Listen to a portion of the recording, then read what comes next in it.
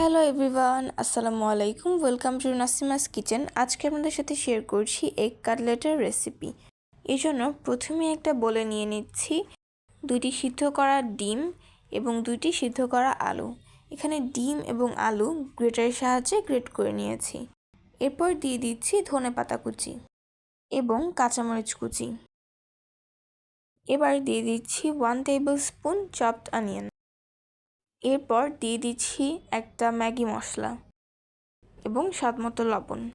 এরপর দিয়ে দিচ্ছি হাফ টিস্পুন চিলি ফ্লেক্স এবং 4 টেবিল স্পুন কর্নফ্লাওয়ার। কর্নফ্লাওয়ারের পরিবর্তে চালের গুঁড়াও ইউজ করা যেতে পারে। এরপর ভালোভাবে মেখে নিয়েছি।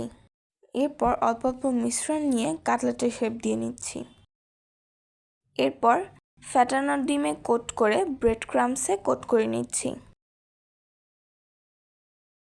সেম প্রসেস ফলো করে আমি সবগুলো কাটলেট কোট করে নিয়েছি। এরপর কাটলেটগুলো 2 ঘন্টার জন্য ডিপ ফ্রিজে রেখে দেব এবং যদি সংরক্ষণ করতে চান তাহলে 2 ঘন্টা পর ফ্রিজ থেকে বের করে জিপলক ব্যাগ রেখে 30 দিনের মতো ডিপ ফ্রিজে সংরক্ষণ করতে পারবেন। এবার চুলায় একটা প্যানে তেল গরম করে নিয়েছি এবং 2 ঘন্টা পর ফ্রিজ থেকে বের করে কাটলেটগুলো ভেজে নিচ্ছি। উল্টে পাল্টে গোল্ডেন ব্রাউন করে ভেজে নেব। তৈরি হয়ে গেল মজাদার এগ কাটলেট।